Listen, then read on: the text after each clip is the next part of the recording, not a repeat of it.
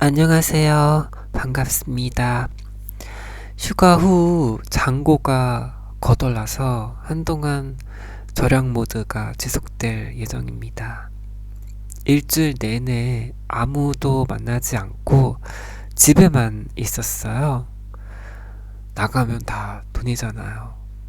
헬스장으로만 출퇴근했어요. 교통카드도 해약했는데 이제부터 자전거를 타고 다니려고요. 지구에도 덜 미안해. 절약은 물론 건강까지 챙기는 일석삼조의 기적. 그럼 일주일 내내 집거하면서 도대체 뭘 하느냐? 혼자서 정말 잘 지내요.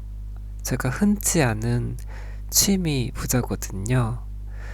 창작 활동이 대부분인데 그림 그리고 글은 거의 매일 쓰고 있어요.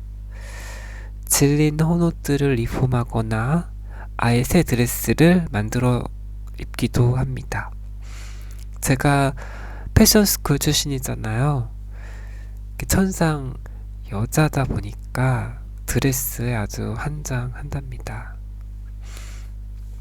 이번 주에는 일단 이 반바지들부터 리폼하고 나서 침대 등받이를 제작했어요. 끈으로 한 땀 한 땀 엮느라 손가락 없어지는 줄. 3일 꼬박 여기에만 매달려 있었지 뭐예요. 고생 끝에 낙이 온다고 정말 딱 마음에 들어요. 이 맛에 중독되면 헤어나올 수 없을걸요. 이 세상에 단 하나뿐인 나만의 이란 수식어 물건에서만큼은 양보 못하겠어. 이 세상에 단 하나뿐인 나만의 침대와 드레스. 진짜 마법 같은 순간이에요. 상상이 현실이 되는 느낌 아실라나? 가난하기 때문에 새 것을 사지 않는 것도 있지만 꿈에 그리는 옷이나 아이템 찾기 어디 쉽나요? 시간도 많겠다. 장비나 재료가 많이 필요 없는 것들은 직접 만들어 보는 거죠. 그런 쪽으로는 두뇌가 특화가 된 것 같아서 그나마 다행이지 뭐예요. 다음에는 내년 퀴어 축제 때 입을 화려한 무대 의상에 도전해 볼 생각이에요. 문득 내가 언제부터 혼자서 잘 지내게 되었을까 궁금한 거예요. 아주 어렸을 때부터였더라고요. 내가 가장 나다워질 수 있는 순간이었어요. 혼자 남겨져야만 비로소 요동치던 마음이 잔잔해지고 자유로웠던 거죠.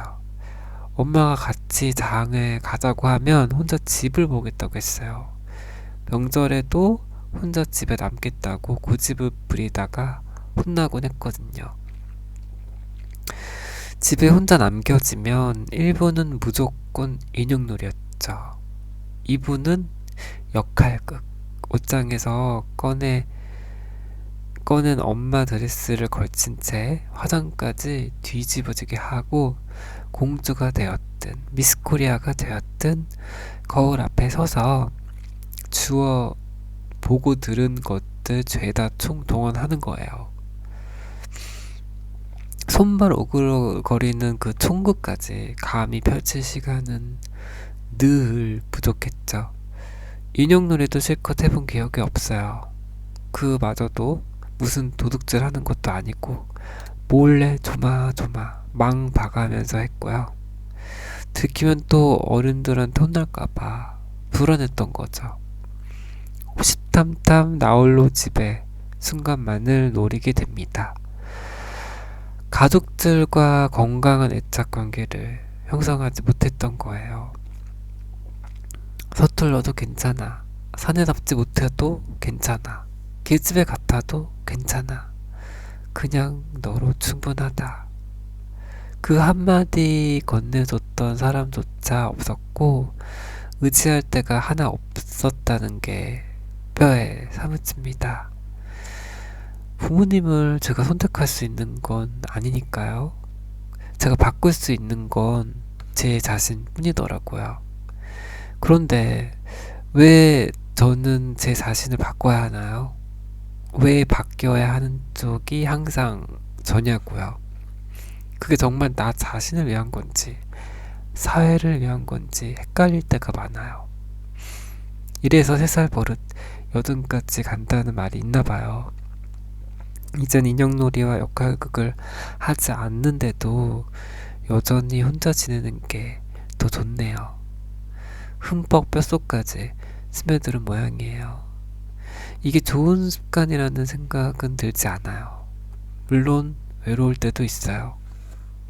외롭지 않은 사람도 있나요? 사람들 속에 억지로 섞일 때 저는 항상 불안했던 것 같아요. 누군가 나를 비난하고 혼낼 것 같은 느낌이 들어요. 그리고 아무도 불안한 사람을 좋아하지 않죠? 나를 좋아하지 않는 사람들을 상대하는 것만큼 피곤한 일이 또 있을까요? 그렇지 않아도 인생이 너무 피곤해서 감당이 안 될 지경인데 공연이 긁어서 부스럼을 만들어야 할까요? 저는 사람이든 옷이든 라이프 스타일이든 선택을 하기로 한 거예요. 무엇이 나와 잘 어울리고 내가 좋아하는 것인지 잘 알고 있거든요. 예전에는 제가 선택을 할 수 없었어요. 저는 이제 트랜스젠더로 꽤 근사한 삶을 꾸렸다고 자부할 수 있어요. 거절할 수 있으니까요.